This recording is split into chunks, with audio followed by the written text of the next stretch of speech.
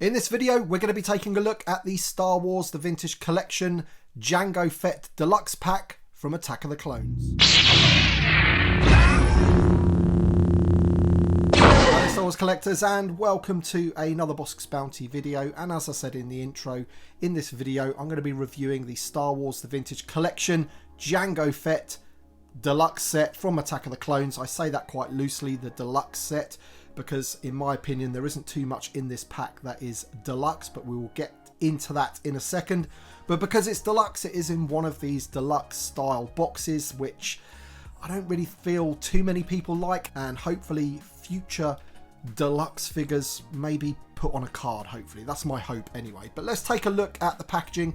If you happen to enjoy the video, hit the like button, subscribe if you're new, and if you're wondering where I managed to pick this up, Star Action Figures in the UK managed to get some of their stock, so hopefully you guys in the UK will be getting yours very soon. As I say, they only actually got some of the stock. There's the back of it, so this is what you're going to get in the pack. They always do this, they give this white panel showing you what you get in the pack. So we get the figure, 2 blasters, the helmet, 2 fire effects coming down from the jetpack, with the jetpack of course, and then this flame effect that we have here to attach to his gauntlet. Now there's the front of the package. We have the image of the toy itself, so that is the figure that we're going to be getting. You have this sunburst thing here, just showing you some of the action poses, with another one up there with him holding the blasters this time. Very, very simple. Jango Fett, Attack of the Clones. You know, it looks to me that the image that they've used is from the Geonosis Arena. Same with on the back there. I mean, I like the artwork on these boxes. They look pretty cool, but I'm pretty sure if you ask most people, they would prefer figures on a card in a plastic bubble. But that's enough of the box.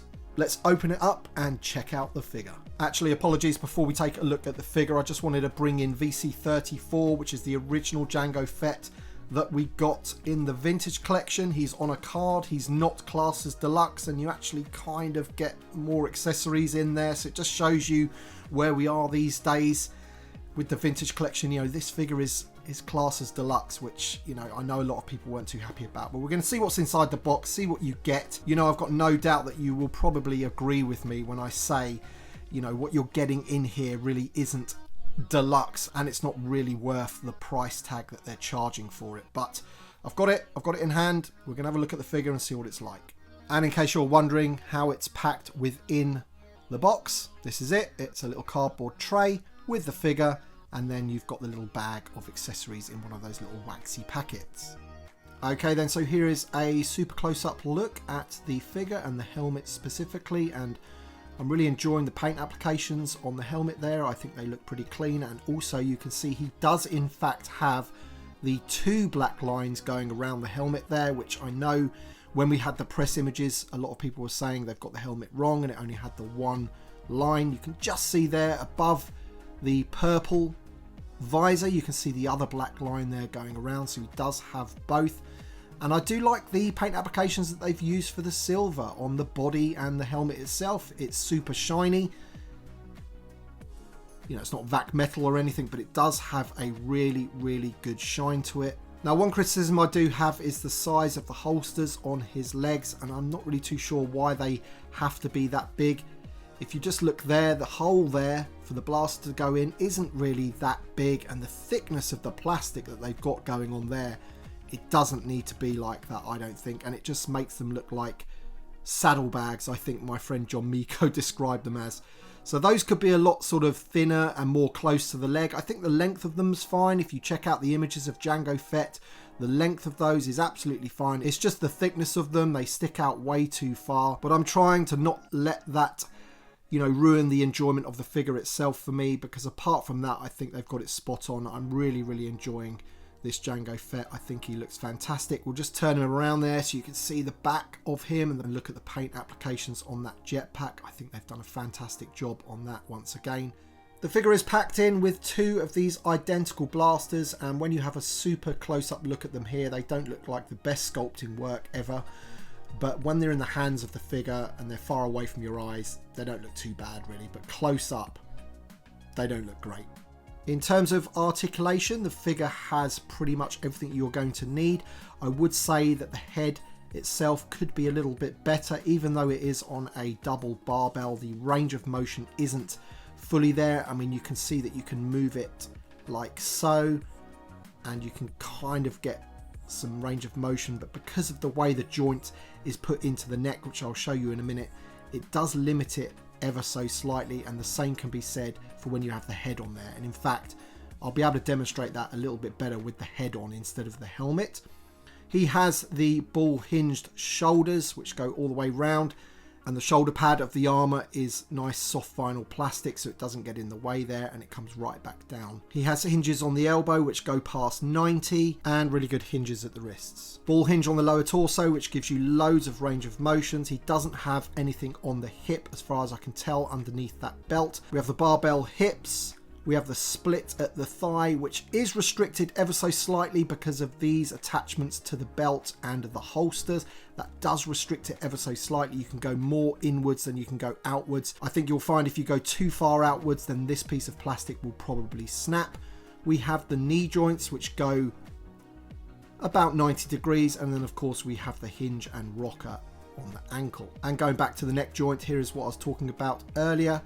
The ball in the neck is quite far down, which doesn't really give you too much motion on that end. And then because this end goes quite deep into the back of the head, it almost looks like he has no neck, but of course the neck is behind his tunic there, so there's no sort of flesh coloured neck, which is good. But that does kind of restrict the head ever so slightly. I mean, you know, you can get some range of motion, but I've seen other figures have a lot more range of motion, and that's what he looks like with the head on there. And you can see that that is Jango Fett's head there, very similar to a lot of the other sort of clones that we've had and things like that, of course. And yeah, they've got that absolutely nailed.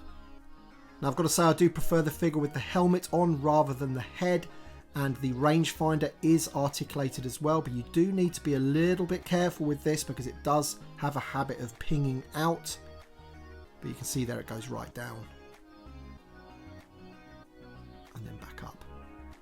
But it does remove completely, so you just need to be a little bit careful of that, as I say. But awesome looking figure. Let's just take a look at the figure itself, him standing there. As I said, the armor is a nice silver. It reflects really well in the light. There's the back of the figure without the jetpack on, and you can see his leather belt with those holsters there, and you can see from the front. And all of his armor going down on his legs, all painted the same color. So very simple paint scheme, really. It's just silver on the purple plastic body there. And of course his left arm has the sort of oversized gauntlet there to accommodate the fire effect. Let's just put that in there for you so you can see that. There you go, there's Jango with the fire effect coming out of that holster there, and he does have the sort of cables or wires going down into his uniform. Same on the other side as well, and they move very nicely when you move the articulation. They don't look like they're going to snap. So he looks pretty cool. Okay then, so once again here is Jango Fett, and just to summarise really, I'm really happy with the figure. I think he looks great. I'm really happy with the paint applications on him. I'm loving the silver and how shiny that is. I think they've done a good job with that. And apart from a few small nitpicks, you know, overall it's a really nice figure. And those small nitpicks are the oversized holsters, and I would have preferred it had they not included that fire effect, so at least he could have had a standard sized gauntlet on his left arm to match his right arm. But apart from that, it's a really nice figure. Great head sculpt on the head of Jango, and also because it's a swappable head with swappable helmet, you don't have that size issue, so the helmet is in really good proportions.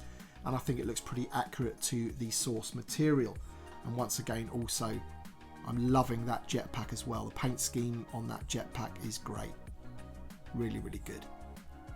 So let me know your thoughts in the comments section below. I want to thank you all for watching this video. Thank you to my Patreon and channel member team for supporting my channel in the extra way that you do. I really do appreciate it.